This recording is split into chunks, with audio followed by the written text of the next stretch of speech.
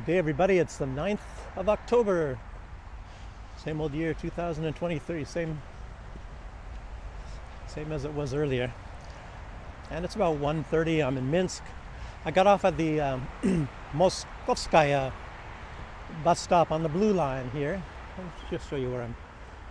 Surroundings here.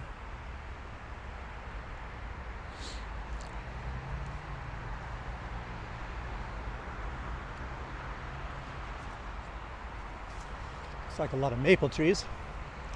An oak tree here. Yeah, it's cold. I don't know. I'm kind of wimpy because I didn't see any ice anywhere, but I feel like it's that cold. Look what this building is. We'll just walk up here, take a look at things. Looks like something under construction here. Looks like something maybe derelict.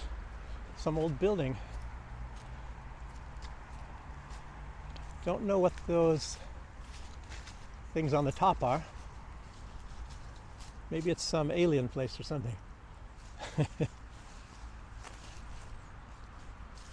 Who knows?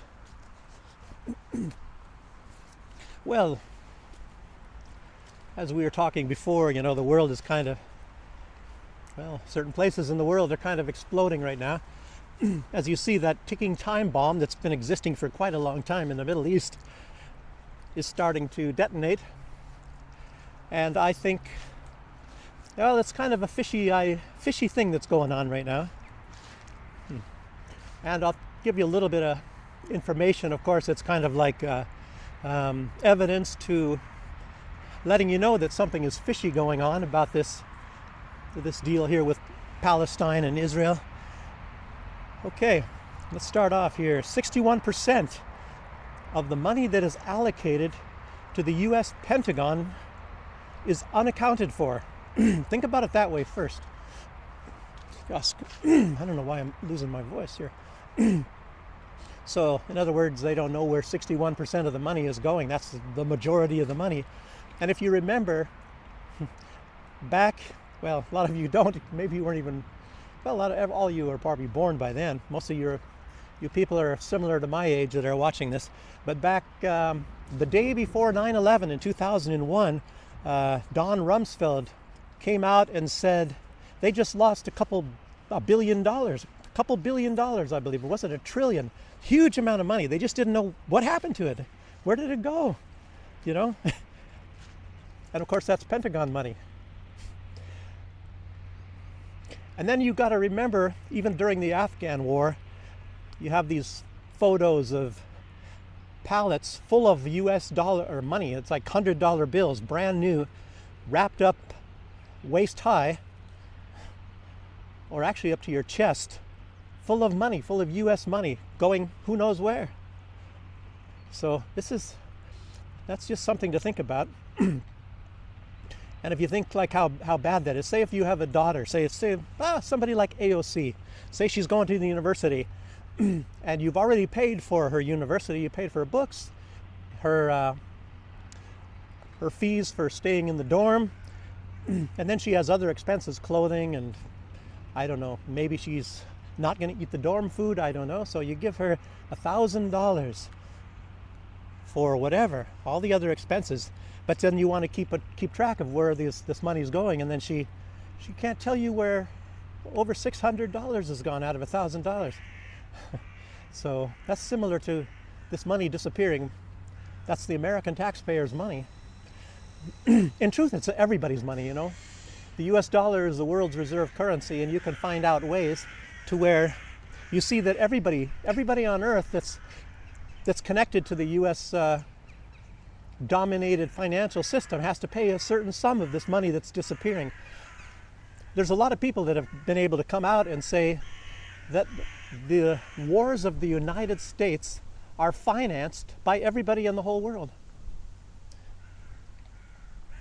And not just the taxpayers, and of course it's not the taxpayers that are living today even. It's the future generations, because this money is getting borrowed, and if you think about $33 trillion in debt, when do you think that money's going to be paid? That's not going to be paid for at least over a lifetime. So you can talk about grandchildren actually paying for all the money that's now being spent and 61% of it is unaccounted for. So nobody knows where it's going. Maybe some people know where it's going, but they don't know how much. And it's a lot of money. So that's just one thing to think about. So now we have this big problem going on in the Middle East. And Lloyd Austin, he came out and he said, "We got your back, Israel." And just think, what did they just say in days before that? "We don't have any money more. We don't have any bombs for Ukraine anymore. Sorry." Matter of fact, they were saying that a month ago. I said, "Well, we got to send you cluster munitions. Even though they're illegal, we don't have anything else. That's all we've got." But then now this thing is blowing up in Israel, and all of a sudden the U.S. says they have it. They have weapons. They have ammunition. And they're sending a carrier group strike force. I think the Gerald Ford. How many destroyers are in there? I mean, these things are packed to the gills with missiles, and they're sending it to the Middle East for the benefit of Israel. And Israel had emptied out a lot of these warehouses that the U.S. has been storing huge amounts of ammunition, supposedly. I don't know, don't they have, they certainly do have munitions, but they're telling us that they sent it all to Ukraine. And then, of course, a lot of it came back in the hands of Hamas, as you know, to be used against Israel. A lot of it. How much? I don't know. Did it go to Palestine, or did it go to the Hezbollah in Lebanon, or where did it go? Did it go to the terrorists in Syria? Jeez. That's just unaccounted for as well. There's no accountability.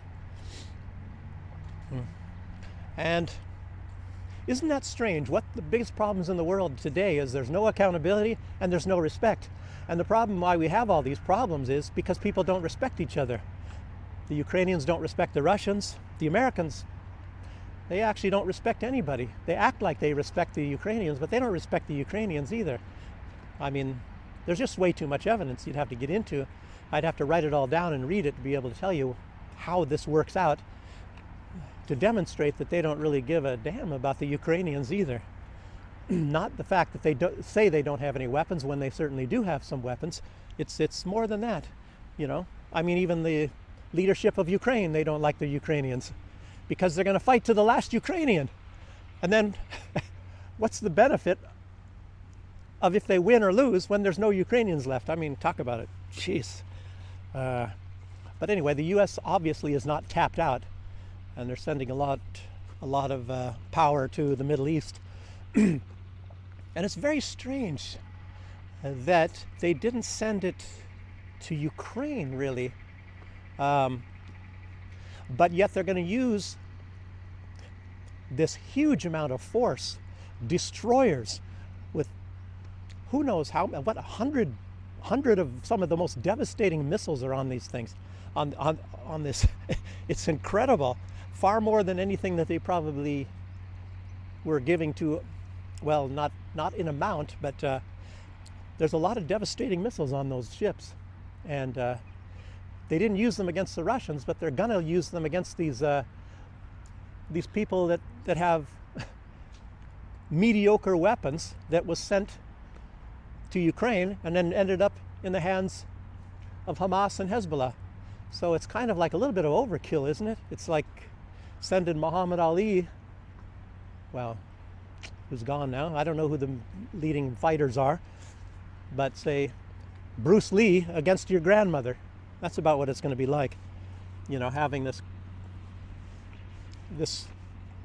strike group against the Palestinians, or even Hamas combined. So just think about it that way right now. So within 24 hours, the United States all of a sudden comes up with a lot of weapons and ammunition and machinery, everything to use against the Palestinians, but they didn't have it, and it was for Ukraine. I wonder what the Ukrainians, I think the Ukrainians are probably a little bit pissed off and surprised and astounded and whatever other words you can come up with. So that's something to think about right there. Now let's get a little bit more into this here. Mossad is probably one of the most efficient intelligence agencies on Earth.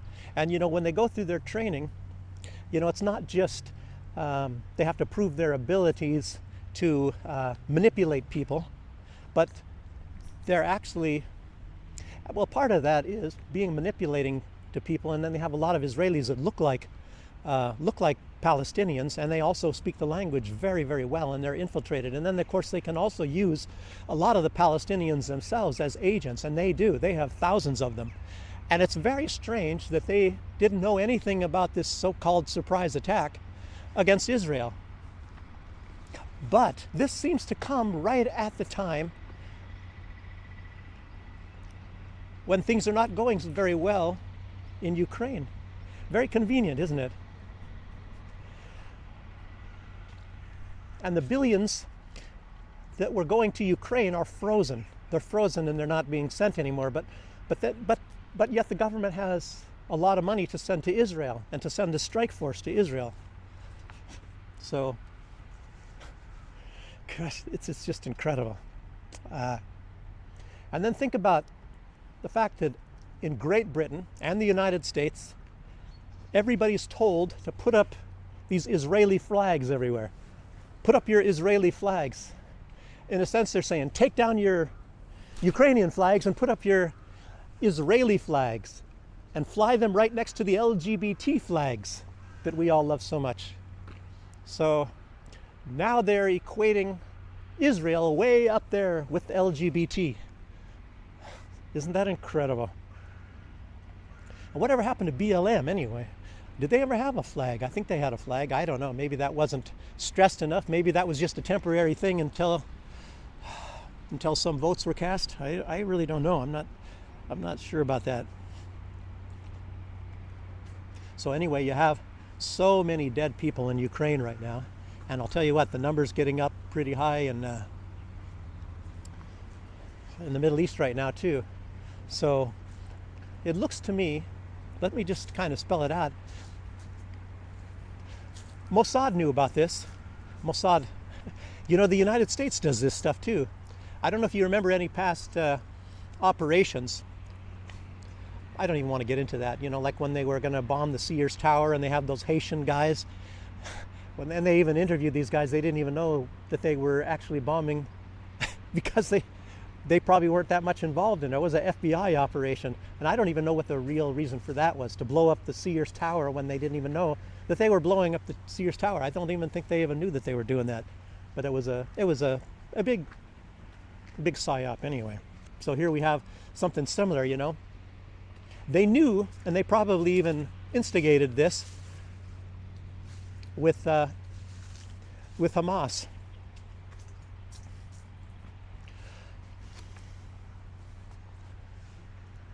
So, I don't know, what purposes does this serve? What purposes does this serve? It serves some purposes for Israel. Benjamin Netanyahu right now is on the ropes for charges of corruption. I don't know, a lot of things are going on there. The United States and the whole thing in Ukraine has fallen apart. So they need something new. This is a big distraction. Mostly that's all this is. It's a big distraction on the side of the United States. So I don't know, you can start putting more pieces together. I think all the rest of you can do that. I can do that if I sit here and write these things down. I'm having school. I didn't want to write this all down and spell it all out for everybody, but you all can figure it out yourself. That there's something very fishy going on here, and it's not just something that came out of the blue. That these guys have just been planning on doing this, from Hamas. Well, anyway, we just have to keep our eyes open, and you'll find out more and more if you just keep observing things and putting two and two together. So that's about all I have to say right now. It's starting to rain. I got to get home. I just got out of class. I'm cold as who knows what. And okay, thanks for joining me, and I'll see you on the next one. Thanks. Bye-bye.